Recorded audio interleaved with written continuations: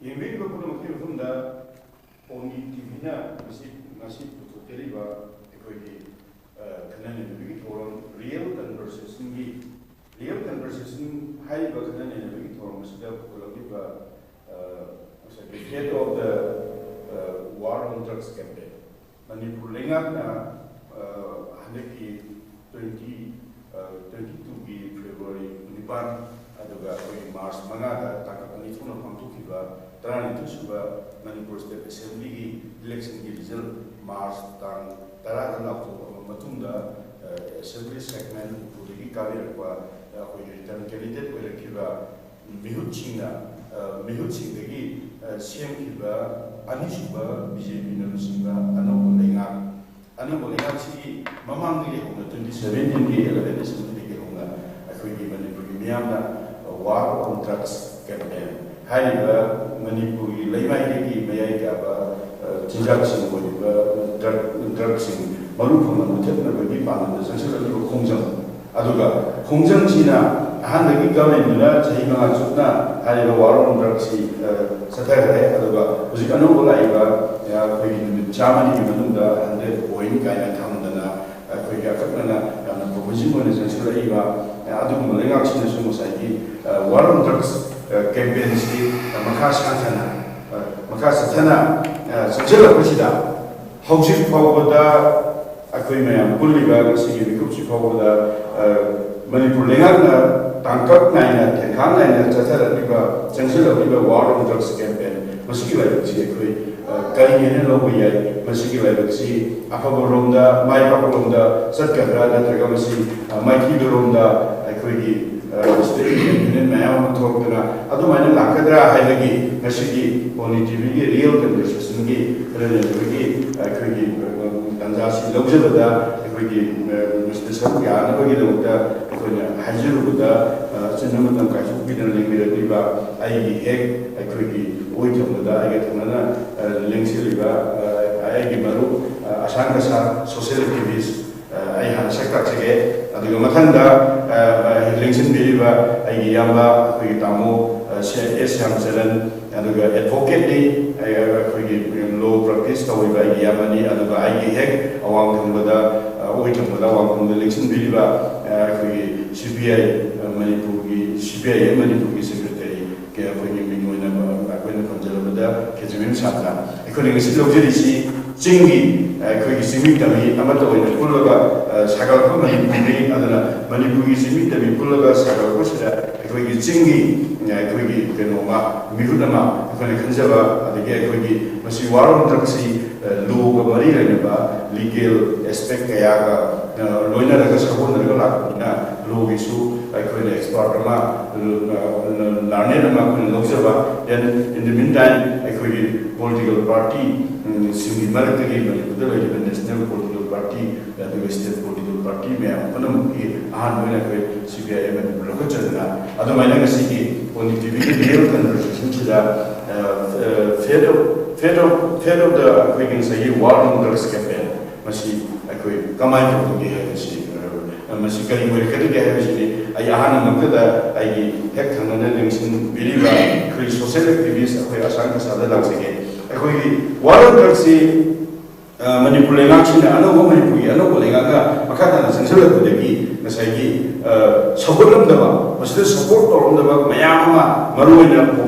Pambi kopi cultivation tawda tawibe area gi mapam sing kudabana senapati gi alagi ai longi noni gi tamil gi recently quite changing na kam biga teno gi village chief mayam kunja mayam CSO dubi ba khapta mayam si tolga kam bi de legal chatna ase koi sobadani ai koi gi district kopi cultivation tawhalroi koi government na ko war on drugs campaign kita support only kaya lagu boleh adu pun masai khushi khawda gobi pami thare hebeni khangba thasu thaba chuju sumba aduga hari ba mafam de gi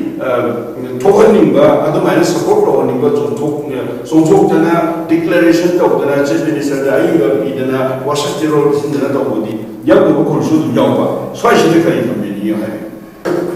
한번막다 이 공인 TV다 ꯊꯥꯒꯠꯆꯔꯤ ꯂꯣꯏꯅꯅ ꯑꯩꯈꯣꯏꯒꯤ pony TV ꯚ꯭ꯌꯨꯋꯔ ꯃꯌꯥꯝꯗꯁꯨ ꯑꯩꯈꯣꯏ ꯉꯁꯤꯒꯤ ꯂꯩꯅꯕ ꯑꯩꯈꯣꯏꯒꯤ panelist ꯑꯍꯨꯝꯗꯒꯤ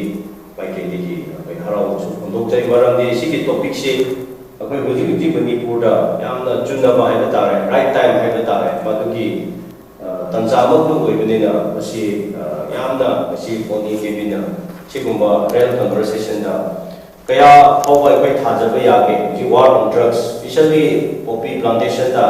akhoi support tawgani tawroi haibagi mayam lakhali besida aduga government local liba khondang sida akhoi kaya fau thajaba yage masi success oigadra oiroidra haibagi adugi kaino da aims da nainabne ai lojai aduna akhoi da ahanbada khangdabadi masi akhoi Manipur se amorong da Themangre ni hujik akhoi masi ki poppy thaba plantation ki area ma tata collection to kan da hujik se 6742.8 akhoi ki acres hujik se poppy thari se 6700 something like se arrival chakana dia masi ki acres 6742.8 acres hujik occupy tawraga poppy plantation mangali hai masi akhoi ki Manipur da laiba government na amani praja mayamna CSO mayamna haibtare civic mayamna masi khanglaga khangdaba san laibase laiba thibine ne ai lojai aduna hujik masi ki 6742.8 acres manungda kwai Kampopi district ne yam Kampopi district se 2000 above ne ba mai mathang lai akhoi da khangdaba di Kampopi district se kramai na lakno matam da main Kampopi ki area se reserve forest reserve land oina government na matamada masi akhoi pensioner sing leibi yaningai na just amagi allocate tawiraga allot tawraga thamnaba lamne masi karmai da leibi gap se praja na khangada bani aduna Kampopi district ka se kari kendra include tawra cover tawra ga Kampopi ama leire adugi saiku ase aduga se ki evaluation kana no karama jati na pali no ai su akhoi na naina bam di changi anyway maduna ba akhoi Manipur praja singna phapta biladi phagni abise aina thamjani adugo hujiki war on drugs ka mari lena poppy plantation sida local level government lothobla da toriba pot sida huji Ukhrul district ki Kampopi ki Senapati Tamelong Tenopal chatama from every district ki laraga support tawjagani haina ningthau singa magi memorandum haiba tare adugo loina ta akhoi pisandan lai tawda ko akhoi da Manipur da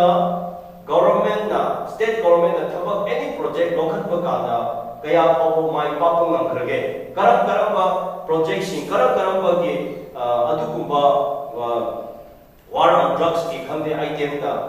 yamna mai pap na lai krage haibase akhoi peoples na khamba na chang example no people da Manipur da dam yamna sabe thukha dam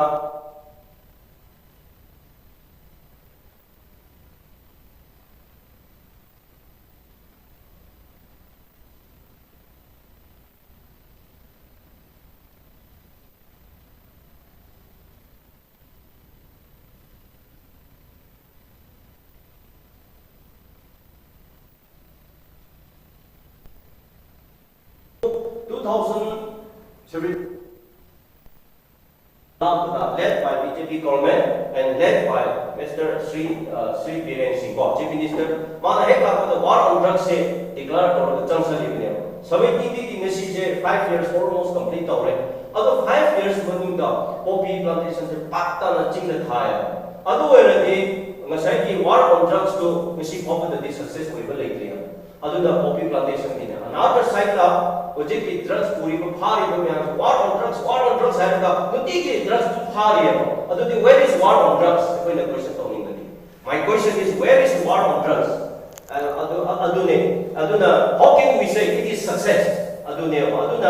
hojik war on drugs hai ko mukha da locally visit jahi manga ta usidi poppy plantation phajana tawraga lakhe. Adu ki area ki mi yauri hojik koi tawra matu sasinaga Ready Manipur lepak si jadung sibagi natar kai bagi tungi khalaga bagi youth sing naharo sing korok ko meyam si mang kini hai na masih ki tersenga thamoi na decision loraga tawda na bhai hai na chungthokra or natar ga the government na kana chief minister na natar ga president government na high ni ki alternative arrangement aba pi gini thori bagi madu ki facility publicity khá lâu bây giờ như ngay thì ông ai quay tàu rồi nó tàu sân đó mà si yang agreement nào vẫn đang có đấy ở đó hồi trước quay được cái tập đi war on drug copy thả rồi hay là gì hồi trước thả vào một tầng gì đó ai quay được thả ra được ở đó thả rồi đó ai quay được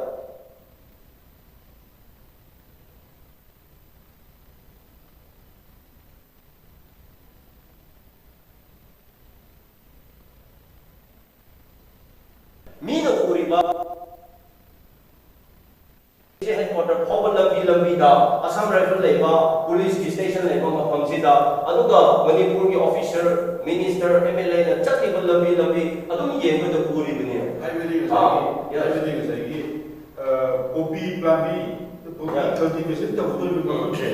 me सब कोई यार हम नहीं लते आगे थाते मी मतलब yes अगम्बा चिचिपदा लोकचा यामना चावना थाबगी मफम खरादा तुम पाक थवे हेवाने अदुबु अयाबा हाइवे टच तौरगा थारिने मसिदा चही मंगा मणिपुर गवर्नमेंट ना करमानि येंगलग लेरिब्रा लेंगासिन मसि खंगगा खंगसनबा खंगदबा साबा तारेको मसि कमाइना लेब्रा है कोइ ngapun anyway afaba tawba se thenglasu ngalasu phare ai lodage ai khoi di hana de 2018 19 ki copy thapsi jumloi na nalo bani adu action se lo de government adu hadak di government mase action lo ni war on drugs se thabo ina pangthok ni haibada se source kaya de district leaders sing de ki lara ai koi support to ni ai se yamna phare na lo se tawda to ai question ding se kya thaja ba ya rai ka da manipur ki bureaucracy police officers sincerity leya sincerity leya thabak tawba department da leader apai da ubo phungde madu kari gino obo phungbasi manipur lega hawkiba da su hojik su apai ki government pai diba MLA sing mantri mantor sing su sincerity oina thabak tawba dedicate tawba da thabak tawba mi se apai ne yengba da ubo phungde madu na mara oiraga mapai makha da mathang mathang copy tawraga yamna sincere oina thabak tawda bunena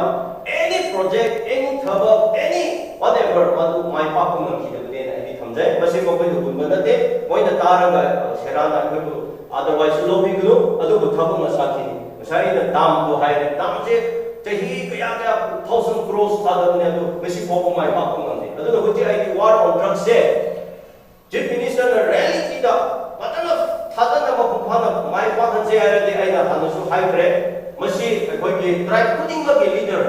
Kawiraga meeting ama convention ama phamlaga tribe ama gi miyama represent tawraga masi ki kama the special monitoring tawringa monitor to ya ninga gi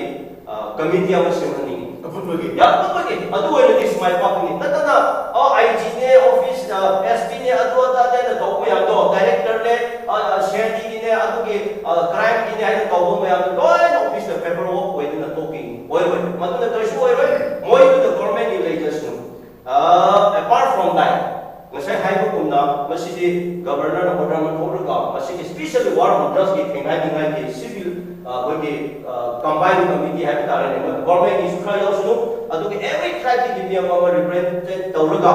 madu ki committee tu chauna thamlaga budget su semlaga moi si the information collect tawini moi si the report adu the thara tu thoruga madu the force chala ga adumai na tawdar tarde sum chumna ai war on drugs singlani de da aswai semi banglo da laraga phikra dinaraga ki exchange tawdara paper to pose yengo ai na October September ne yengo oji copy thari mafam da why the copy mo bugni adu si po da left da more di line da imphal sohar manung da jiri ki lambi da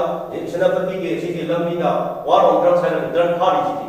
adu mai oji copy thaba ise sida lawni oji ni khra copy thaninga chinga plantation ko hai ko pure adu thadringe to thinga da bane adu thinga se da ko ki paper open da majing da media da hide da to ji ada thaba mi to ji ma da mokok da yaw de ba adu ga media da khong ni ko mi do jing da thabak su ko mi do ma do khang de ba ai ko ji oi da le ko mi smartphone bai ko mi da khang da ba ne ahan ma ram la sai ko de Musike ko ki yang mengaji politik ini dia conversation kasi dia conversation sudah ahan benar isu kami si government sina sansil iba mama ki sansil na la for the last 5 years position contribution la iba war on drugs campaign 2.0 masih poti mama da government ta ukiba financial growth chu yak la iba aduga multiple benefit chupigani haiba dam samsona dam haiba matamda multi purpose project haiba boxi ne mardi ising bidoi thaknabagi law unabagi mai gi isede thakna hojiki laiba khopumgi adagi mapitel damgi churchan purgi akoi thena kare mardi sigi kedil kaibagi adagi alignment choi haibagi sumthok nagi mai thokre haibagi adagi even dam na sakhars torpa ising mayamna akoi service tunjanba kadoba descendant adagi madugi kepiyom to combination bidagi akoi mayam thena kare yang mengaji thambiri ba ahan panelist thambiri si adukuma laigibadina adukuma lengar suduna project war on drugs need of the war oriba future generation kamgedoriba war on drugs si sangsela pada kalai mu thajal doino haibuduma plus amana war on drugs si mai pakna manipur gi maya ga ba column sing baru pun mutut kare ga di sincerity masangi plus entire across the state laiba Jimmy for Punamaki, Mute Yoba, Government Yoba, CSU Yoba, Punamaki, join Ama, Committee, Shebiro, whatever we wrote, how to talk to Biro, was it how Udo Kamusu, Urina Haimani. But then with the Mosa Sanzari, with Larnet and Rocket, with Larnet, I lax again. Pamasi, quite a team of Punamasi, with the Popi Pamit Halaroy, drug free district. Drug free village oilani na ho so na padi chung na pasi akhoi senapati rogi adagi akhoi ukrul kamjongi none yeno tamenu yaure quite last na narana recently ta osi technopol gi kunthani tegi kunthani toina moigi wasakama minister da aduga akhoi minister namja ki genan singa akhoi gi kampupi la pa adamasi kampupi ne mo kol ge sita quite tengo oidi hosi khoga haisa adamasi ubi bambi thai khamba thasu thariba aduga ubi cultivation gi area khar laiba khul kharagi haijabai district kharagi haijabai remaining manipur shepur district kara tubi tabagi district awmai mangadari remote city almost wajing district atani sumthur ko khara yawi machine kari ne na law ya aduga moshi sumthur ka for time being aduga moshi sumthur ka kana kamai ko sumthur kana war or drugs campaign ji ena mai pa ka sumthur ka kana masi thauchi adai da ai koi gi numnani gi bar ka hawe da legadra kari thami yam nuai ga si poni tv gi real conversation haiba program simak yaw phangje ba siam nuai wahai sina tai real conversation atum ba thok na si atum ba wari sa si I mean therefore I am very happy I am feeling very well because atum ba yam nang ni ngai ba kari ba atum ba singang raga kana ba sindana maduna attack natraga effect to the waro ko chu lei I have ma si atum ngang ba tai due to the program siki matung in I call it a mining yingshi, a hand that I logi me in the war on drugs. Drug the land over. Nasigi topic sila yawi, pet of war on drugs. War have a way shiga, pet have a way shiga. Ani si something na baya, but I joy why I'm in the jacket. War have a city among number, among a moitaba. Among a lose, among a get. According to war the wise meaning dictionary meaning the bisi lalang the mante pair I was in a koi iron the life pak pair of the life of koi to the my pak of the life of koi to the ani shimak shi yam nuai mai the sum kanje ba madu the ahum suba wai amak the ge thamjagi ge ai narration sin mai na war on trakta at present na sigi ani shubu sarkar gi ani shubu gi mission na aisra taseng war tawribra masida ikuna angadu wangni popi pambi si yantat pa mangan ta an bas yan ba kaktagi upai masigi mechanism si nataba atupa aman tawte popi yan ba television da radio da cover da yan ta ngakte adu orgadi ai haidu digina Popi pambi si plantation la, nadragana cultivation la. Cultivation koy rakati मारी मराइबक्से मा fail होइनेब cultivation है मनुंग लेरमबा चिंगी मी मरुपांग चिनाव चिंगिना अदुगदी बिरेंगी सरकार की वारों के लाइबक्से फेल लूज प्लांटेशन ओइरमगदी मसीगी मैकेनिज्म सी अतोप लालुंग अमा यानथपन कछु यारोया अन मैकेनिज्म अनि सी कल्टीवेशन ला प्लांटेशन ला आइबसिमा ममुक्ता खंगुओगा प्लांटेशन ओइरगना अतोप मैकेनिज्म अमदे अटैक तौताय अदुगा कल्टीवेशन ओइरगना अतोप मेथड अमदा मैकेनिज्म अमदा अटैक तौरगा अखोइना विनर ओइबताय हाइबसी सांगदोकना यामना लिटररी फ्रॉम द नांगगदी ताबीरिबसिना याम नुवाइनी अदुगा अखोइगी मतम लेजते अकॉर्डिंगली अइना हंगचदिगिना पृथ्वी पुनमंग ड्रग्स हाइबसिगी कनो शेड्यूल खर खाइरियो करम शेड्यूल लेदु अइ लोइनमक्ति चिंफा पुजदे अदु शेड्यूल सिंगुदा यावरबा केमिकल ड्रग अमसु कनो सिसी प्लांट की लापो माक्ते ड्रग पुनमंग लाइंगनब ड्रग छु प्लांट की सेमी अदुगा निशा हाइना कोइना खंगनेरिबा मखल की ड्रग छु प्लांट की सेमी देयरफॉर अदुदनि पप्पी पाम्बीदगी पोपीदगी मोइना मनांग सिंग लौथोगा मधु अखोई लोनना कानी सुगी कानी दुदगी मतक मतक एदी कनो काना लेगरे केमिकल ने मयाम लेगरे आई लोइना मक्ति हाइबा पनगति नजरो याम यामनिना अदुना अखोइना हौजी मणिपुर दा वार ऑन ड्रग हाइबसी जैसा अतोप थार मेकानिज्म मसु तो याय प्लांटेशन ओइरमबा नत्रगा कल्टीवेशन ओइरमबा मधु लाइनना The Narcotic Drug and Psychotherapy Substances Act 1985 हाइबा बले मसिगी एक असि मया याम थो नाम खक्त पांग मया नते डबल प्ले अनि बक थोइ हाय थोना कन तति थोना कन हाय तति मसिगी आइन सिगी मखा कल्टीवेट तो बिसिति तंदी फंगे सेल तो कुछु फंगे प्रोसेस तो कुछु फंगे इसे अदुगा प्रोसेस फंगे दंदी याम चौरे अदु करब मखली आइन सिगी मखादा अखोना खुदाई कोइना सिजनरगा मसिगी वार से गेम तोची विन ओइसे आइलगदि सेक्शन खर बिजरी सेक्शन 40 41 42 43 44 आइबा प्रोसीड्यूर खर पीरीबा करमाइन आगनी करमाइन तोतन महापु दंदी पीनबगी मरम मयाम से मसवासिदा आइने याम यानंजदब मा हाइजगे एरेस्टिंग अमसु सीजन ऑथोरिटी सिंसे मसवासिदि मबुक चेंग बाइबसि दरकार होया सेक्शन 42 दा हाइरि असिगुबा थौरम सिंसी ललोले पोरे ए प्रोसेस तौरे ट्रांसपोर्ट तौरे मैन्युफैक्चर तौरे कल्टीवेट तौरे तारगदि सेक्शन 42 की मखादा सीज तौवे है एरेस्ट तौवे है सेक्शन 43 हाइबम सु यावरिबा मसिदग करिगुंबा पाउदी तादबा खंगदबा चांस ऑफ रिकवरी से फ्रिस्किंग तौबदा नत्रगा अचद ओ करि करि नो तंजा चादबदि चिंगनै का तौबदगी चांस ऑफ रिकवरी तगी आब मखरगे अमा मसिदैसा लाक्जनिगिति सीजन अमसु एरेस ऑथोरिटी सिंसी हौजिक एखोने येंबा मिएंदा मेबी चुंबे याय चुंदबे याय ऑथोरिटी सिंसिना पैसा पाइरत्रखाने फादम तौवे फाबसी आप फारे वार सिकी मखादा 100% phi अदुगा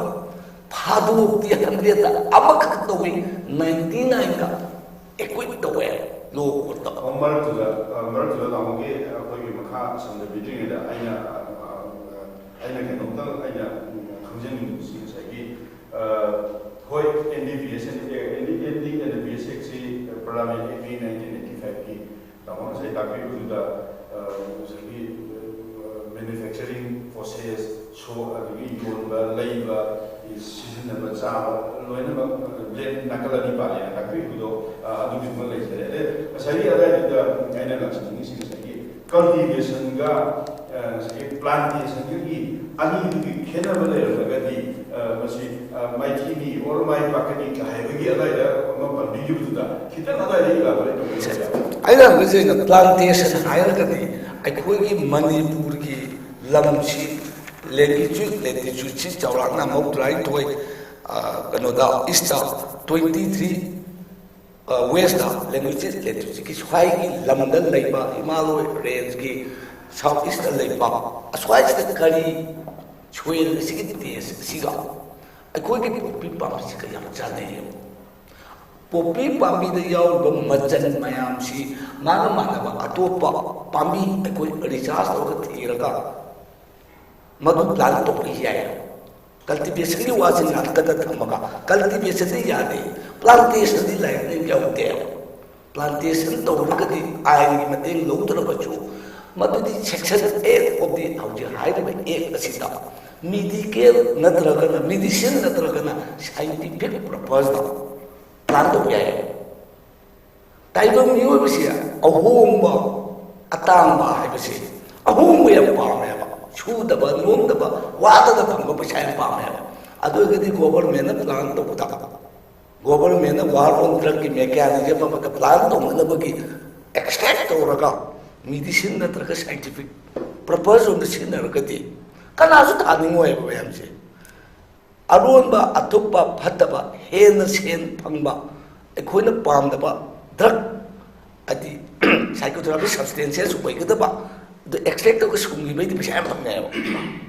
Adunani, Aina, like a singing Makada, cultivate the organ that the how did Laiba, I could Mashi, Sarenda Tore, a koi Kunda, a koi Chumai, the Amata Taroi kind of Toresi. Kunmayama, Ninto Mayam, the Laishi. Loan Pigani hide the Mimiam, she applicandam Nael. Kari Makanava, Amaka Panganaba, Jumnagi, peasant way. I think it is some culture way. अखोई सिंगाई सिंसुसुमाई तौरसी सरकार दी पैसा लौरुसिका हाइबं मानबा मवंगदा खुल हुबुतना थोगलाया इशम समना अदुगी purpose दा गसाइगी अखोइगी recently अखोइगी उखुरुम दा horticulture soul cultivation गा मोमागी कांगु टीममगा combine ने चलगा गसाइगी Poppy cultivation सिगी मगुता माफम दुगी कुंजा सिंगी लाइवलीहुड मोगी मीन्स ऑफ लिविंग अदु पोजिनबा इनकम नाबा अल्टरनेटिव पीनबगी थौरांग हौरे अदुगी मोइना अदुगी अखोइगी even government of the veterinary hospital गुन कलनी हायदा तामो जे कापिरिसी गसाइगी हुजिकसी खुल मयाम यो यो यो खावांग मनि ममांग सिंगी लेबिबा सिंगी मरोबांग सिंगी सिमिनाउ सिंगसिना पॉपी पाम्बी मोइगी जगादा पॉपी पाम्बी थालारोय ड्रग फ्री होलेने थोरैबा खुंजुंसी लेरिबा वारे लौरैबा वारे तंसलैबा फिलिपसी अदुगुमगी पोतुदा ओइहनिंगे यस अदुना अदुमगी अखोइगी पॉपी पाम्बी थादरबदि अखोइदा मना पिरनी हाइना रुपा लाख तरा बियो यावरे आहान कुलबा ममांगी गवर्नमेंट आई अबोइबा सेंटेंस अंत हाउसिंग जगे अहाके आउटिंग नांगे रिबचिंग दो एना ज्ञान ताननबा अखोइगी मणिपुर की भेली की लंबाक्सिदा तंपाक्सिदा अखोइगी तिंगधौ अमसुंग पुंबाइसे मुथत्पा ngमननबगी मचत मथेल अमत लेते हो मधु थाइना की पाइ पुसिंगना करमाइ मुथत्कदगे हाइना सिस्टम म पुथोमेबा तिंगधौगा पुंबाइगा ताइरेन मनागा इसिंग दे तिंगगा अफबा होली वाटर थया हिंदू धर्म चतपा मिसिंगसिना तुलसी पत्र तुलसी मनासी इसिंग दे तिंगगा अखोइगी इमा इबेन हनुबा मिसिंगसिदि जना मित्रा हायबा असेंबदि जोन अमित्रा हायबनाबा इसिंग दे तुलसी मनासी तिंगबदि होली वाटर होयबा मधुर मेडिसिन नत्रगा कानबा मरम चिनयबा अदुना अखोइ ईश्वरगी मंदिर कृष्णगी मंदिरदा जना मित्रा हायना खिलगा थमेनायो अनु युम खुदिगी तुलसी सियाम जोतोन तोंग पाम्बी अमदि सोइदना थानबा होबनायो पाचन हिंगोंदा हाइकोंदा लेकोंदा अमसुं हाइकोंदा हिंगोंदा लेकोंदा तुलसी पकादा थादे मेडिसिनल प्लांट ओइना यामना जोतोन तोंगा सुमांग मयाइदे तिजना थायो फॉर व्हाट मेडिसिनल प्लांट ओइबदगी अदुमाय तौदना अखोइ मेथड से पुथोकनिंगे हाइबनी इशमना मेकानिज्म अफबमा वासा साजेबा पायगा नंगसागी एक कनुसिदा लिसिंग तरुक चात्रेत की एकरदा मणिपुरी मचा कया न कथलगा मांगन दोइनो बुद्धि याउन थबक तो होनिंगे हाइबनिदा हे सरकार अंगम सरकार मोइना बुद्धि पुथोगा war on drug ki marai bakse win win we sha airagadi hojiki mechanism sinati it cannot be weak mechanism yaudana iranga kumai bongda tobu chidi we are very sorry tamon thamiri sing asai war on drugs 2017 ki Eleven Assembly matungda laiya ihan hana limukiba BJP led government Manipur ki aduna horpani sahi mangagi bagi matum loi hawara hoji ani suba BJP led government ani suba tam lai sina su sahi mangagi hendoraga hoji su war on drugs campaign si maka chatari 2.0 second inning sama lai basde su sanghala kodagi mamagi government ni matam dani sai ki khulgi jo koi rupal tara ki mana pi ihan hana koi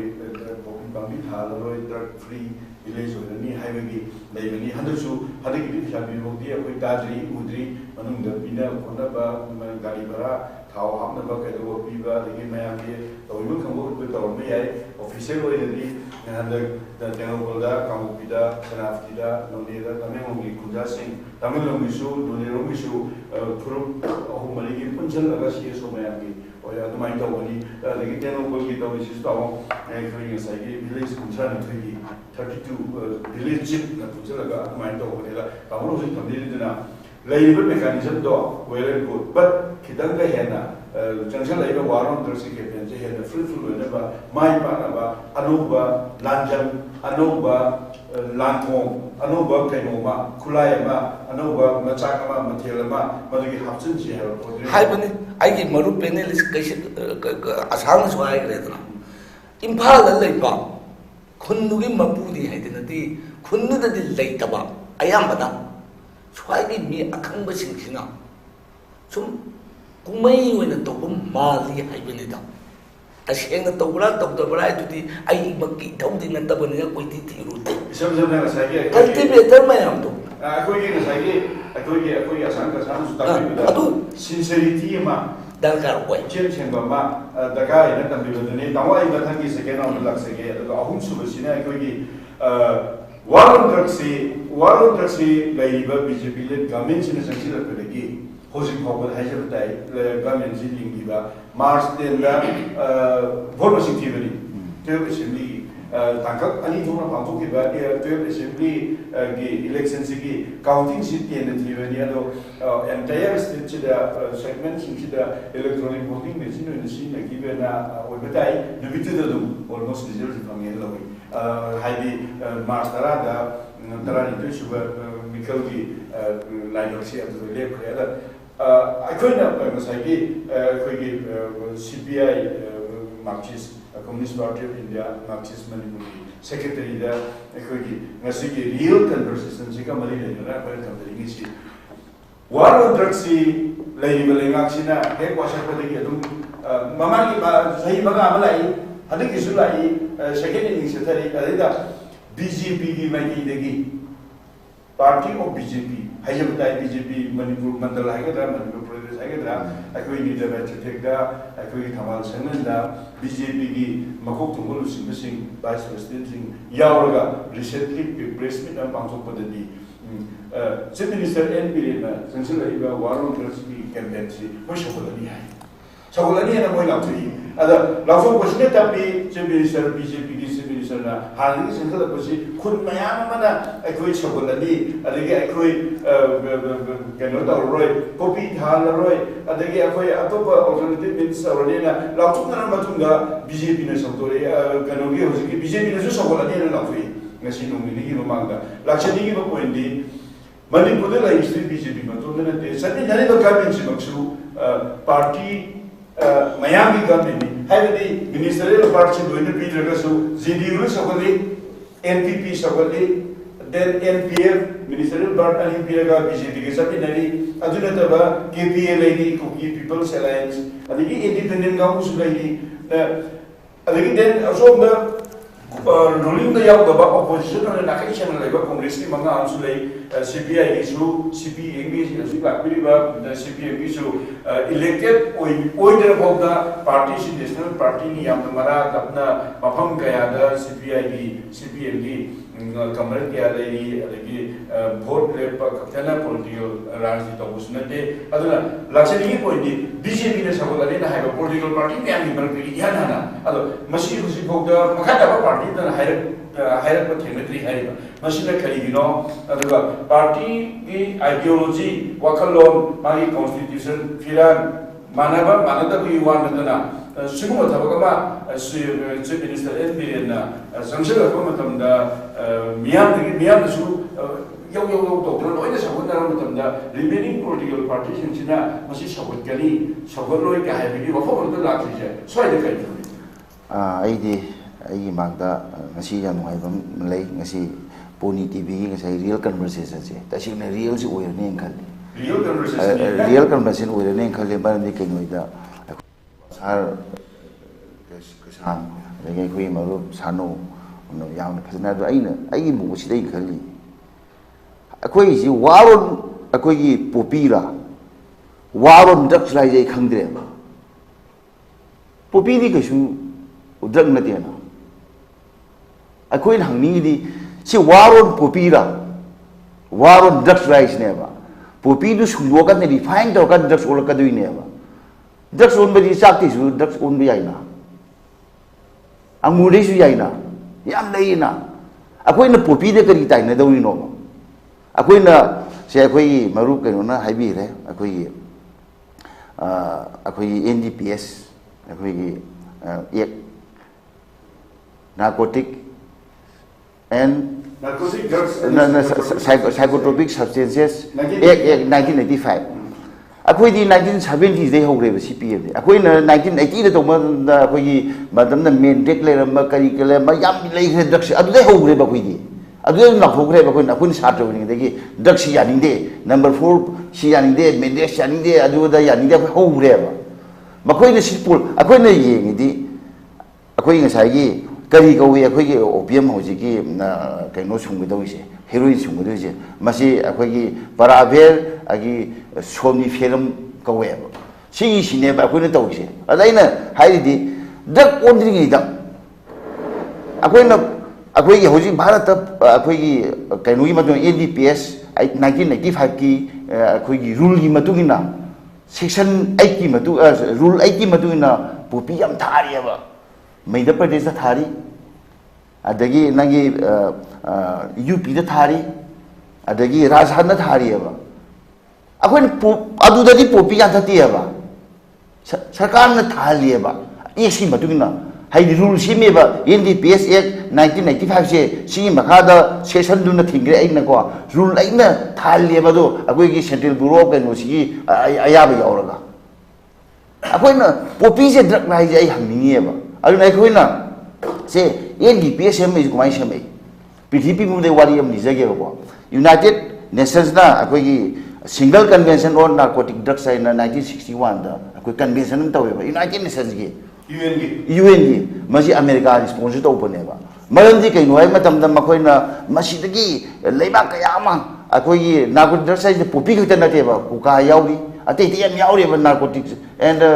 akoi psychotropic drugs da NDPS Act 1985 ki adui mamangda schedule da yawa mayam yauri yauri adui mamangda 1961 da sibu C61 ju ka we si kai no se single convention on narcotic drugs sai je United Nations ma ka sem maji America ni sponsor to bane aina dizera idi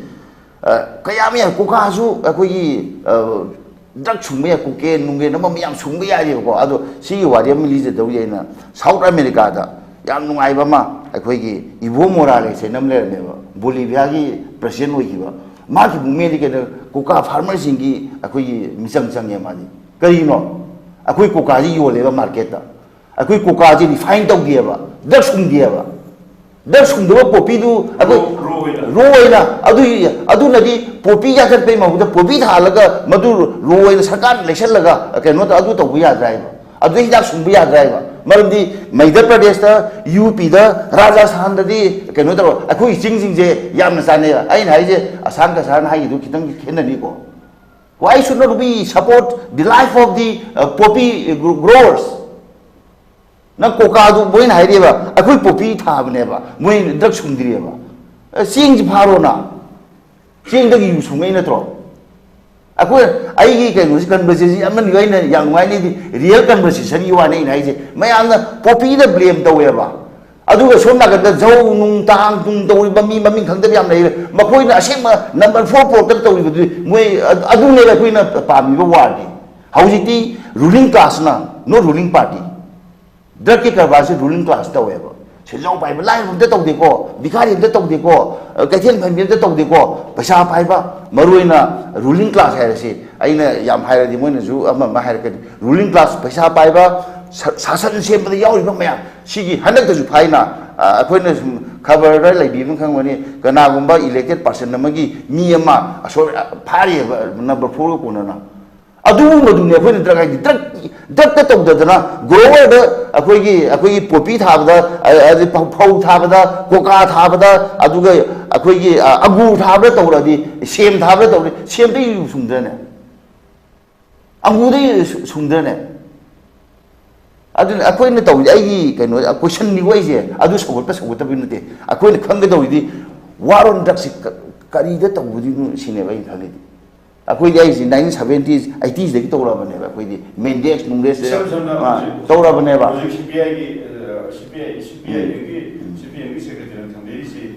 वारोन drug तौदे वारोन drugs की ultimate Cecil propaganda नि मोइ तौसिदि मागी खुंदाबम मागी ethic छे मागी target छे मागी bull सी करी नो हाइबनेबा अदुना जो ड्रग लॉसिंग गुइ माय तो तौबा ड्रग का तौयो चेन्नई बे कोई लोई खंगनरे न ममिंग मथा पंगुइ द का लेते कोई की मरु सानो अको लोई का खन बल लोई सा दंग सी हाय सौरकनेबा अदुदि एथिक तौदेबा समझखबा मागी पैसा जो पुथोकजबा लाइना जबा मोई मरु पोरो चिंग दल फोम लोरे मदु सेनबा खतनी मोय मोई नुती केसु सन सेनदिबा सन जंगनेना अकोन तौदी पोपी ग्रोवर मयाम द तौबीरेबा एटेसे फारोना आइना यादरे हाइदि नगी एनडीपीएस अकोगी 1995 की सेक्शन 8 की मदुगिना पोपी थाबि यादे al popi si akoi gi sumai ma tharu di ade adu pu thobi samam to adi ndps si ju mari emen to re 1998 ta mu 2001 da mu 2014 da 14 da mu handak ta 2021 da mu emen to re adu dadi kai lai akoi gi de addiction center da drug si le drug phaba ya de magi kai no do magi gram do handana marani ma numi kuthani pije dawreba di addiction to nobai dawta aduna ek si maksu aranba kya yawreba aduna ek si gi ek so hongsu semdok su daka lairi adu ek si matugina semai lo rungi matugina manipur su aidi popi thal bhaini e manam diga pesa tongje idana mi miyam do adu sarkar na se america nga sai gi akhoi gi sponsor to na united nations ki akhoi 1961 akhoi pass out ki ba to ki ba agreement da akhoi gi single convention on narcotic drugs da hai ba kari no mari to ri popi yam thare mam to aduna sarkar na to di thabri halaga mado mana atop drugs kumdi da lection ba sarkar na adu di popi thaba kambu ju haraure na lamyen ba thaba ni moi अकोई कनो था देबा अकोई कनो अदुना इन हाइदि मसी सौगटपगी नति पोपी ग्रोवर्सिंगबो री thinking अम तौर कुमाई तौदना अकोई मसी drug की कनो सिदा अकोइना याम यावरि से अकोई फेट से 42% ने अकोई कनो से यावरि से फेट की सरुक से अकोई पोपी सिदा अदुगा अकोई कनो ना अकोई प्रोटीन ना अकोई 22% गुम याम काना याम यावरिबा अदु लौथोगा adu lothoga phet tu sinaba protein du sinaba adagi akoi kuwai ka nungam sinaba yam yari ba medicine kanu to wadun haidi akoi lamni yam sana ba ne ba sana da ba akoi yam saba rajasthan gu thale moi na ba tore adu moi den thalaga manipur ga tha ya si akoi na tongan ba mi gi farmer dan sawat pa akoi farmer dan popi grower dan madu pha ba masi de yani de ba aine हाइनी दी मणिपुर सरकार मतम you're असेंग वार तौबियु ꯄꯣꯄꯤꯗ ꯅꯠꯇꯕ ꯗ꯭ꯔꯛꯁꯇ ꯑꯩꯈꯣꯏ number 4ꯗ ꯑꯃꯗ ꯀꯣꯀꯦꯟꯗ ꯀꯩꯗ ꯀꯥꯅꯤꯗ ꯁꯨꯡꯗꯣꯛꯄ ꯀꯥꯡꯕꯨꯗꯣ ꯑꯗꯨꯗꯤ drug ꯑꯣꯏꯔꯦꯕ ꯑꯗꯨ ꯍꯧꯖꯤꯛꯇꯤ ꯁꯨꯡꯗꯣꯛꯄꯗ ꯅꯠꯇꯦ ꯄꯥꯝꯕꯤꯗ ꯇꯧꯕꯅꯦꯕ ꯄꯥꯝꯕꯤꯁꯤꯅ ꯃꯔꯨꯅꯦꯅ ꯄꯥꯝꯕꯤꯗꯨ ꯌꯥꯟꯊꯠꯂꯛꯏꯅꯦꯕ ꯑꯗꯨꯅ ꯑꯩꯅ ꯆꯦꯡꯁꯨ ꯊꯤꯡꯕꯤꯔꯣ ꯑꯪꯒꯨꯔꯁꯨ ꯊꯤꯡꯕꯤꯔꯣ ꯁꯦꯝꯁꯨ ꯊꯤꯡꯕꯤꯔꯣ ꯍꯧꯖꯤꯛ ꯆꯤꯡꯗ ꯎꯈ꯭ꯔꯨꯜ ꯑꯃ ꯁꯦꯝ ꯌꯥꯝ ꯊꯥꯔꯦꯅ ꯁꯦꯝꯗꯒꯤ ꯌꯨ ꯁꯨꯡ ꯌꯥꯏꯅ ꯌꯥꯝ ꯁꯨꯡ ꯌꯥꯔꯤꯑꯕꯀꯣ ꯑꯗꯨꯅ ꯑꯩꯅ ꯍꯥꯏꯔꯤꯗꯤ ꯁꯤꯒꯤꯁꯦ ꯐꯖꯅ ꯈꯟꯊꯍꯧꯗ꯭ꯔꯗꯤ ꯋꯥꯔꯣꯟ ꯗ꯭ꯔꯛꯁꯦ ꯃꯁꯤ ꯑꯩꯈꯣꯏꯒꯤ ꯃꯥꯒꯤ ꯀꯩꯅꯣꯗꯤ ꯐꯖꯕ ꯑꯩꯈꯣꯏ ꯄ꯭ꯔꯣꯄꯦꯒꯦꯟꯗꯥꯗꯤ ꯐꯖꯕ ꯑꯗꯨꯒ ꯑꯁꯦꯡꯕ ꯋꯥꯔꯣꯟ ꯗ꯭ꯔꯛꯇꯣ ꯃꯗꯨꯗꯤ ꯇꯧꯗ꯭ꯔꯦ ꯑꯗꯨꯅ ꯃꯁꯤꯗꯤ ꯁꯨꯡꯁꯣꯏ ꯁꯣꯏꯗꯅ ꯑꯩꯈꯣꯏꯒꯤ ꯋꯥꯔꯣꯟ ꯗ꯭ꯔꯛꯀꯤ ꯃꯗꯨ ꯗ꯭ꯔꯛ ꯂꯣꯔꯁꯤꯡ ꯑꯗꯣ ꯃꯗꯨꯗꯤ ꯁꯧꯒꯠꯂꯦ ꯃꯗꯨ ꯐꯥꯅꯅꯕ ꯍꯣꯠꯅꯗꯦ ꯁꯨꯄ꯭ꯔꯤꯝ ꯀꯣꯔꯠꯅꯁꯨ ꯍꯪꯉꯛꯑꯕꯅꯤ ꯑꯩꯈꯣꯏꯒꯤ ꯀꯩꯅꯣ ꯀꯩꯒꯤꯅꯣ ꯁꯤ ꯇꯧꯗ꯭ꯔꯤꯅ ꯑꯩꯈꯣꯏ ꯂꯣꯏ ꯈꯪꯅꯔꯦꯗꯅ ꯁꯦ ꯌꯥꯝꯅ ꯑꯦꯛꯁꯄ꯭ꯂꯦꯟ ꯇꯧꯕꯤ ꯀꯩꯁꯨ ꯗꯔꯀꯥꯔ ꯂꯩꯇꯦꯕ ꯍꯧꯖꯤꯛꯀꯤ ꯊꯝꯕꯤꯔꯤꯗꯣ ꯑꯩꯅ ꯉꯁꯥꯏ ꯑꯃꯨꯛ ꯍꯪꯒꯠꯆꯩꯗꯨꯅ ꯑꯩꯅ ꯉꯁꯥꯏ ꯊꯝꯖꯕꯗꯨꯅ BJPꯗꯨꯗꯤ ꯑꯗꯨꯅ ꯑꯩ ꯍꯥꯏꯖꯔꯛꯀꯗꯣꯏꯁꯦ ꯑꯗꯨꯅ ꯃꯣꯏ ꯄ꯭ꯔꯣꯄꯦꯒꯦꯟꯗꯥꯁꯦ ꯑꯩꯅ ꯁꯨꯝ ꯈꯪꯕꯗ ꯀꯜꯄ꯭ꯔꯤꯠ ꯃꯌꯥꯝꯗꯣ ꯃꯗꯨ ꯂꯣꯠꯁꯤꯜꯂꯒ ꯑꯩꯈꯣꯏꯒꯤ ꯄꯣꯄꯤ ꯒ꯭ꯔꯣꯔ ꯃꯌꯥꯝꯗꯨꯗ ꯂꯥꯟ ꯑꯣꯏꯅ ꯇꯧꯔꯦꯕ ꯃꯣꯏꯁꯦ ꯄꯣꯄꯤ ꯒ꯭ꯔꯣꯔ ꯃꯌꯥꯝꯗꯨꯗꯤ ꯃꯣꯏ ꯀꯧꯔꯒ ꯌꯥꯝ ꯇꯧꯔꯤꯅ BJPꯅ ꯑꯃ ꯑꯩꯈꯣꯏꯅ ꯇꯧꯒꯗꯧꯔꯤꯗꯤ ꯇꯁꯦꯡꯅ ꯑꯩꯈꯣꯏꯒꯤ ꯄꯅꯤꯁ ꯇꯧ ꯑꯩꯈꯣꯏ ꯋꯥꯔꯣꯟꯗꯛꯇ ꯇꯁꯦꯡꯅ ꯌꯥꯎꯔꯤꯕ ꯑꯩꯈꯣꯏ ꯋꯥꯔꯀꯤꯡ ꯀ꯭ꯂꯥꯁ ꯀꯩꯅꯣ ꯁꯤꯖꯤꯟꯅꯔꯒ ꯑꯩꯈꯣꯏꯒꯤ ꯔꯨꯂꯤꯡ ꯀ꯭ꯂꯥꯁꯇ ꯌꯥꯎꯔꯤꯕ ꯄꯩꯁꯥ ꯄꯥꯏꯕ ꯑꯣꯐꯤꯁꯥꯔꯁꯤꯡ ꯏꯂꯦꯛꯇꯦꯠ ꯄꯥꯔꯁꯟꯁꯤꯡ ꯃꯌꯥꯝ ꯑꯩꯈꯣꯏ ꯍꯥꯏꯅꯔꯤ ꯃꯌꯥꯝꯗꯣ ꯃꯗꯨꯗ ꯇꯧꯕꯤꯌꯨ ꯋꯥꯔꯁꯦ ꯑꯗꯨꯒ ꯄꯣꯄꯤ ꯒ꯭ꯔꯣꯔꯗꯨꯗꯤ ꯅꯣꯡꯃ ꯀꯧꯔꯒ ꯅꯣꯏ ꯄꯣꯄꯤ ꯊꯥꯔꯅꯨ ꯅꯈꯣꯏꯗ ꯁꯤ ꯄꯩꯁꯥ ꯄꯤꯔꯅꯤ ꯑꯗꯨꯝ ꯌꯥꯖꯕꯅꯦꯕ ꯑꯣꯟꯂꯤ ꯑꯩꯈꯣꯏꯅ ꯌꯥꯗ꯭ꯔꯤꯗꯤ ꯄꯣꯄꯤꯗꯒꯤ ꯑꯩꯈꯣꯏꯒꯤ ꯃꯌꯥꯏ ꯀꯥꯕ ꯑꯩꯈꯣꯏꯒꯤ ꯆꯤꯟꯖꯥꯛ ꯑꯣꯟꯊꯣꯔꯛꯄꯗꯨꯅꯦꯕ ꯑꯩꯈꯣꯏꯅ ꯌꯥꯗ꯭ꯔꯤꯗꯤ ꯑꯗꯨꯅ ꯃꯗꯨ ꯔꯤꯐꯥꯏꯟ ꯇꯧꯕꯒꯤ ꯄ꯭ꯔꯣꯁꯦꯁꯇꯣ ꯃꯗꯨ ꯊꯤꯡꯉ ꯂꯣꯏꯔꯦꯕ ꯑꯩ ꯃꯇꯥꯡꯁꯤꯗ ꯑꯍꯥꯟꯕꯒꯤ ꯑꯣꯏꯅ ꯑꯩ ꯂꯦꯞꯆꯩ ꯑꯗꯒꯤ ꯑꯩꯈꯣꯏꯒꯤ ꯃꯇꯝꯁꯨ ꯉꯁꯤꯁꯦ ꯑꯍꯥꯟꯕꯁꯨ ꯑꯣꯏ ꯑꯗꯨꯒ ꯑꯩꯈꯣꯏꯒꯤ ꯔꯤꯌꯦꯜ ꯀꯟꯚꯔꯁꯦꯁꯟ ꯌꯥꯝ ꯅꯨꯡꯉꯥꯏꯕ ꯌꯥꯝꯅ ꯁꯛꯁꯦꯁ ꯑꯣꯏꯕ ꯇꯨꯡꯗꯁꯨ ꯂꯥꯛꯈꯤꯅꯦꯅ ꯈꯜꯂꯤ ꯑꯗꯨꯒ ꯑꯩꯈꯣꯏ ꯃꯇꯝꯁꯨ ꯌꯥꯝ ꯂꯩꯔꯛꯇ꯭ꯔꯦ ꯑꯗꯨ ꯃꯌꯥꯝ ꯑꯩꯈꯣꯏꯒꯤ ꯔꯦꯁꯄꯦꯛꯇꯦꯠ ꯄꯦꯅꯦꯂꯤꯁꯤꯡꯅ ꯙ꯭ꯌꯥꯟ ꯊꯝꯕꯤꯅꯕ ꯑꯗꯣ ꯍꯧꯖꯤꯛ ꯂꯥꯛꯏꯁꯤ ꯑꯩꯈꯣꯏ ꯁꯣꯁꯤꯌꯦꯜ ꯑꯦꯛꯇꯤꯚꯤꯁꯇ ꯑꯩ ꯂꯥꯛꯆꯒꯦ ꯉꯁꯥꯏꯒꯤ ꯋꯥꯔꯁꯤ ꯗ꯭ꯔꯛꯇ ꯇꯧꯒꯗ꯭ꯔꯥ ꯑꯗꯒꯤ ꯑꯩꯈꯣꯏꯒꯤ ꯄꯣꯄꯤ ꯒ꯭ꯔꯣꯋꯔꯁꯤꯡꯗ ꯇꯧꯒꯗ꯭ꯔꯥ ꯍꯥꯏꯕꯗꯤ ꯗ꯭ꯔꯛ ꯑꯣꯏꯔꯛꯄ ꯌꯥꯕ ꯄꯣꯠꯆꯩꯁꯤꯡꯗꯨ ꯒꯃꯦꯟꯅ ꯍꯧꯖꯤꯛ ꯍꯥꯏꯔꯤꯕ ꯈꯨꯟꯖꯥꯁꯤꯡꯅ ꯁꯧꯒꯠꯂꯛꯏꯕ ꯈꯨꯟꯃꯤꯁꯤꯡꯅ ꯁꯧꯒꯠꯂꯛꯏꯁꯤꯅ ꯄꯣꯄꯤ ꯄꯥꯝꯕꯤꯁꯤꯗꯒꯤ ꯃꯦꯅꯨꯐꯦꯛꯆꯔ ꯇꯧꯔꯒ ꯃꯌꯥꯏ ꯀꯥꯕ ꯃꯤꯑꯣꯏꯕꯒꯤ ꯄꯨꯟꯁꯤ ꯃꯥꯡꯍꯟꯕ ꯉꯝꯕ ꯇꯨꯡꯒꯤ ꯖꯦꯅꯦꯔꯦꯁꯟ ꯃꯥꯡꯍꯟꯕ ꯉꯝꯕ ꯄꯣꯄꯤ ꯒ꯭ꯔꯣꯋꯔꯗꯤ ꯃꯣꯏꯗꯤ ꯑꯗꯨꯗꯤ ꯇꯧꯗꯦꯅ ꯃꯣꯏ ꯔꯤꯐꯥꯏꯟ ꯇꯧꯗꯦ ꯃꯦꯆꯤꯟ ꯂꯩꯇꯦ ꯃꯣꯏ ꯇꯧꯗꯦ ꯑꯣꯟꯂꯤ ꯊꯥꯕꯗꯅꯦꯕ ꯍꯣꯏ ꯑꯗꯨꯅꯤ ꯉꯁꯥꯏꯒꯤ ꯂꯥꯛꯏꯁꯦ ꯑꯗꯨꯕꯨ ꯉꯁꯥꯏꯒꯤ ꯃꯣꯏꯗꯤ ꯊꯥꯕ ꯈꯛꯇꯅꯤ ꯊꯥꯔꯒ ꯂꯣꯛꯄꯗꯨꯅ ꯑꯦꯛꯁꯄꯥꯔꯠꯅ ꯂꯣꯛꯈꯤꯗꯣꯏꯅꯤ ꯁꯔꯀꯥꯔꯅ ꯂꯩꯁꯜꯂꯨꯅ ꯅꯠꯇꯦ ꯁꯔꯀꯥꯔꯅ ꯂꯩꯁꯜꯂꯣꯕ ꯍꯧꯖꯤꯛ ꯑꯩꯒꯤꯅ ꯌꯨꯔꯣꯞꯇ ꯁꯨꯃꯥꯏꯅ ꯇꯧꯔꯤꯑꯕ ꯄ꯭ꯔꯤꯊꯤꯕꯤꯗ ꯈ꯭ꯋꯥꯏꯗꯒꯤ ꯄꯣꯄꯤ ꯊꯥꯕꯁꯦ ꯉꯁꯥꯏ ꯑꯩꯅ ꯄꯥꯄꯥꯚꯦꯔ ꯑꯩꯈꯣꯏꯒꯤ ꯁꯣꯝꯅꯤ ꯐꯦꯔꯝꯁꯦ ꯃꯁꯤ ꯀꯩꯅꯣꯗꯅ ꯇꯔꯀꯤꯗꯅ ꯌꯥꯝ ꯊꯥꯏꯑꯕ ꯇꯔꯀꯤꯁꯤꯅ ꯋꯥꯔꯜꯒꯤ 35% ꯄꯨꯊꯣꯛꯏꯁꯦ ꯃꯈꯣꯏ ꯃꯁꯤꯗ ꯀꯔꯕꯥꯔ ꯇꯧꯋꯦꯕ ꯌꯣꯜꯂꯦꯕ ꯃꯁꯤꯗꯒꯤ ꯑꯗꯣ ꯚꯥꯔꯠꯁꯨ ꯌꯣꯟꯕ ꯌꯥꯗ꯭ꯔꯣ ꯑꯗꯨꯒ ꯑꯩꯈꯣꯏꯒꯤ ꯃꯅꯤꯄꯨꯔꯗꯁꯨ ꯊꯥꯔꯒ ꯌꯣꯟꯕ ꯌꯥꯗ꯭ꯔꯣ ꯁꯔꯀꯥꯔꯅ ꯌꯣꯟ ꯇꯥꯔꯦ ꯍꯥꯏꯗꯤ ꯃꯣꯏꯅ ꯀꯩꯅꯣ ꯇꯧꯗ꯭ꯔꯤꯉꯩꯗ ꯑꯗꯨꯅ ꯑꯀꯟꯕ ꯑꯩꯈꯣꯏꯒꯤ ꯀꯩꯅꯣꯝꯃ ꯁꯦꯝ ꯇꯥꯔꯦ ꯑꯥꯏꯟ ꯁꯦꯝ ꯇꯥꯔꯦ ꯑꯩꯈꯣꯏꯅ ꯂꯩꯁꯟꯅꯕꯒꯤ ꯈꯣꯠꯅꯅꯕꯒꯤ ꯑꯗꯨꯅꯤ ꯇꯧꯔꯤꯁꯦ ꯍꯧꯖꯤꯛ ꯄꯣꯄꯤꯁꯦ ꯍꯧꯖꯤꯛ ꯚꯥꯔꯠꯇ ꯊꯥꯔꯤꯕꯁꯤꯡꯁꯦ ꯃꯣꯏ इहान 2000 कनोदा 19 कनोदा अखोगी केजी 30 थोमदो हो 66 यौरेबा अखोगी मध्य प्रदेश दा यूपी दा राजस्थान दा थोइजे अदुमाय तो मणिपुर थालो मणिपुर लेसलो सरकार ना अदुगु मपान दा थादोक्रो याइगे ओके मसिको तुम हाइजर point हाइरगे तेलप दा मतम तो लेतरने को सा संता की दुसुनो मागी सु point amani मा दम अखोगी government fail with history to high one. The reality I know more Kangadi a quickie the point I need and the plantation country cultivated since the country a quickie learn sida Saki Maduki commercial kilomda revenue the color the Amada Jaka. A quickie learn sida focused on the Via Poppy Tabum of Pomse, Yamu Chopia, Chopra said. Pesticide, fertility. Yeah, once Hagibam of Panjida 40-50 years ago, Tabia one. Aluji Rajasthan, the Autoba Tabzi to me, Tabzi Moidi license legally winner, Ekara Amadigi, Tabia, license the Yobi. Another Tabana day, Akaka Peter go, musing on some medicine purpose. Adu Paya, but here, illegal neba license su leite Plus at ya adu ga acre mi amana lising ama tha ta ma zoom cultivation to mai forest thado kre adu aina hiding bidi tampak da selangol da asigi manjipukri sigi range da forest haina kanna tawjulaga kitang lepa ko puta thinglaga pharaga tawriye sida forest haina jingdana forest patta acre chadre thari se garima da lokal ko namdu se si ama aduni sarkar yara district to khaba district to jana net leite se akhoi ki mi se yu thak su thapa hi dia ni ki karba to akhoi ki din da dia yu lomba mi yu nu thak ne adu sidok ne likewise kuji popi thaba se da commercial purpose amade ki tharadi pha popi thari ba mi se popi ki kaino se adum use to ko hore mase edik amada chakre aduga kuji hagum su phari de no ba sugar powder ki let se hore yam nei re hagum phar ne adu first popi ki kaino se na refine tawraga sugar powder se puthokne masine in tang ni sugar powder ki number 4 heroin se puthokne ase manipur da let lekre lona hoji Billy yes very crowd Red let le ba adu sheba adu na masi akhoi da di ai na thaje ya su systematic wena Yes. wena thaje ya ba hoji ki city Legalize to ba license da tab ne na lam acre lising taruk hai sa arai ba tin madu purpose amada thara tawse ba adu na ti ba hoji hai ri di ma asi ki limit dai ti ba adu na kingpin especially masi kana thahan no hai ba ka da jumna kari mo purpose ama farm ki type da tawradi ba hoji tawhari basidi kingpin lai business wala go I know.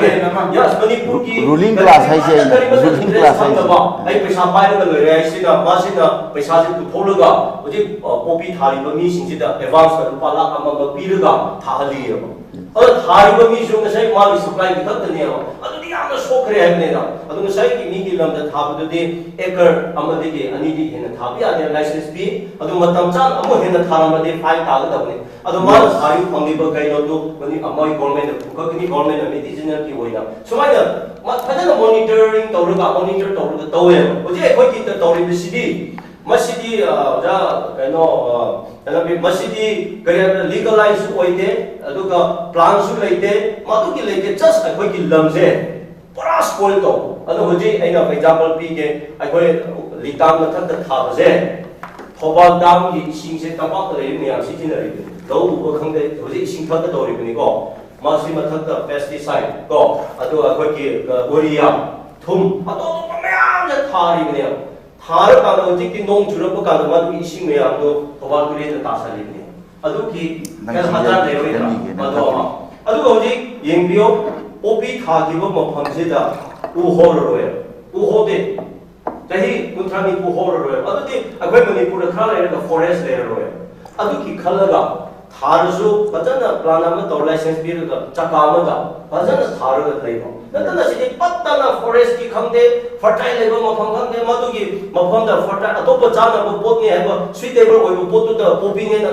popi ki har hat siti ne bune na uria siti na bune gari ki phaloi da any na pharani maram di phali bu fertile kai no kai ki uria siti na badane ro jatana bi ko aduna masi system di suai wai de aduna sai na hai bu do hoje ki war on drugs hai se loi ne yaure king pi sing si da phade gari bu ba popi ki culprit or natraga drugs ki phar su manipur da gari tawai ngasi phagni hain thadokni ngasi phagni orai thadokni pharaga har kaino toba mi du ne yum yaw dringe da phag mi sing yum yaw wari le ya marai pai mi sing sina phag police da sina mai sa le ga marai pai mi sing yum halat dringe da ase phag ki mi do ma na yum da le ra ya ki ka ko ma success way ga Yang it is impossible okay yang nungai ba aduga akhoi gi landam su thokpa kana thokpa hodra nakala ba thangwa kanda kudam mo thaina akhoi gi police ki gari si hojiki 407 adigi hojiki Toyota ka ama masi gypsy ga ji la trinida police department si ne masi jeepney aduga gari aso kudra wang to ni na akhoi aso ba truck akhoi gi mamai lomba manaton ko kalo ko arang sai ata hena belai sai mi ma phaga wando da hapan ki si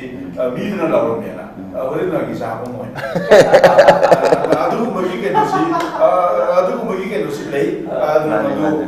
for the time being police modernization and they give police policy matang chunabagi law and order gi aduga counter insurgency operation gi kano sida adigi machine su yam hel ya bi BDF ka chi hengala bi IRD ka sala bi koi hana man police ka man rifle ka bera mudagi tonga tonga unit cyber crime ki ilakani ado yam jadakna matang su special grade lo goina gi sai ina kano da tonga sama da ki lane da ina tanya thamni gi tonga ko sai gi masai gi CBM gi ko secretary stapila basi ayaba biraga restricted area da ai matam leitabani na yam samna hajige prithivida leiriba taibang miyoi bu singsi apun bu society samaj kawi samaj amagi chatna lon chatsi apaba gakna semeba narcotic drugs and psychotropic substances act 1985 haiba chiju yadabagai na dandi piu adubu ayaba gai di lo chi makada semga chi saga chi haiba ai marup santana hagiba rule 7 da license pibagi mathuma tana mayek sengna iyaba rule da NDP and rule sidais da 7 da licensing of authorities layo license p na aduga 8 na district opium officer haibasina license issue tawel aigi marup kasara aigi mai tawta lomagi makhada la abati some limited laigana area khara laigani asi tawba yai amasung yade haiba ching laigani maram maduna manipur gi war on laigasi ek amagi makhada nataga rulungi makhada lang tawteba machina ni aikoi gi laiba thiba oirisi sardan karigumba ma che DC haiba phamama lai deputy collector machina karigumba kanda CRPC gi criminal procedure makada district magistrate su oya district magistrate na 144 CRPC chalai gre haiba sida DM soi tawne ba DC oina tawroya ba likewise lo chigi makada ningthi jana khanaraga nainaraga rule of law le in balipa ama oiragati hojik thoiba problem si thoya malem imada dhanabi you can throw any shit matun chungkanaba madudagi mapung pharaga mapan satkani mahi yankanaba if you throw any grain matun thoya therefore difference between the shit and grain manipur gi laimai siga chanaba potcha pambi plant khara layaba adumai tawduna papi pambi dagi aikoina lawba yaba ai marup santa kamna santana haibadu aikoi support tawngengaba aikoi marup kasangna haibadu su support tawngengaba muthakpa ngamaroi malem imadagi nangbu ai ngai panjagi ba tingdau muthatpa singam de ba mu panjagare hanjan jaroi muthakpa nature we cannot challenge nature ai ba chibu challenge tawrabadi aikoi mioi padana na mangana yaba kariguma kanda nature na piba khara mutkiba mangiba lai aikoi gi lai pak se biodiversity dagi mangiba yam lai karmai to mangri no ai ba theory ti batai ai ahan bagi round da mechanism mai budo Russia ga Ukraine ga lan tawi na wa America na Europe ta su lan tawi manate ba pandam atu mai to duna Mahabharata ta arju akanu ga Pandava ga Kaurava ko su lan tawi pandam du manade Ramayan da su Ram ga Ravon ga lan tawi pandam manade adumai tawduna aikoi su lan si tawsi aikoi su support tawge lan gi mechanism haigadra lan du gi pandam du gi darkar oiba khudai sijina si rule of law phajana rule tawba ngamaba adoi gede koi mai pakani haiba sidai ten takna luisin jari tamona hoi thambiri sing sai gi tawbudi aikoi gi war on drugs lenga ko si akan bamong da sangsaliba war on drugs si Mamani lenga kini lakbani, hati ki lenga sundarbani. Mamani lenga na laga hati ki lenga sundarbani sida masih nunggu ni dia mana se minister na magi darbar holda komis nunggu da mana hari se 14,000 acre lagi man destroy to hai. Live question ni 14,000 acre se destroy to hari se unlawful plantation or cultivation in a district over money. Authority unlawful by the harvesting to the book the way of the Yaudi. Yaudi, but the rule of like there. Otherwise, young life of a higher hand, war on drugs, second innings, I get 2.0 and Salakuda, Simmons and Harishi, 100 those who involved in the cultivation of the poppy plantation, Bushu booked already. Adu Hana like the Hajabo one ever. Jahi the Hoker can the object and Jangaito. Pale, where gone. Waron drug di tàu thì nó pupi grower mà nó tàu lên đấy. Tôi tin được. Drug cái tàu thì nó war rồi. War on drug tàu bio ba. War on puppy plant the towi. I will see my stand up again. Anish ubadana amu. War on transporter. Hadi siki paije da ba. Kuli haita rene boat pu se. Transporter sindati. Wathang pon basinda mapu tu na phada ba.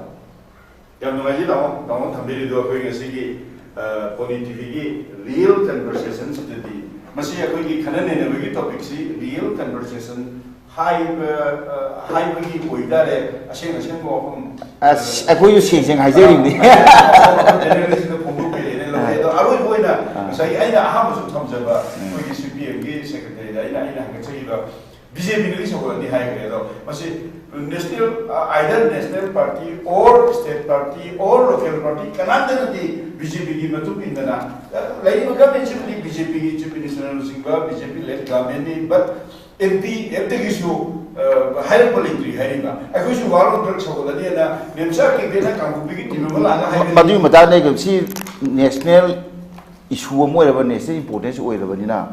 political party में हमने को करी काय माना ऐसी वारों तक तो मिले सी हाई भी अधूरी तो दी माना साइकी मी खर अतः इन तौर मी तौर में दे अधूरी तो नहीं हाई भी मुंगने सुन तौर ले डिवाइडेड कहीं से रूल से तौर ले बा एक कांग्रेस से तौर में इन तौर नहीं अधूरी तौर में कोई तौर नहीं तो वो जो मागी पार्टी की मी आया मशीन है बा अधूरी सी जे यामना vested interest तो वो वार नहीं मशीन ये माई पाकन था जब मतलब अशेंग में वार दूरी मात उधरी अखोई न हाई सुप्रीम कोर्ट की लगी बा केस लगी बा मत उधरी में याम तो लोशन न बत उधे मखोई न लोशन थमी में याम लोई खंग न रहे शेखोई न हाई वो भी दरकार है तो अशेंग में वार दो तौता है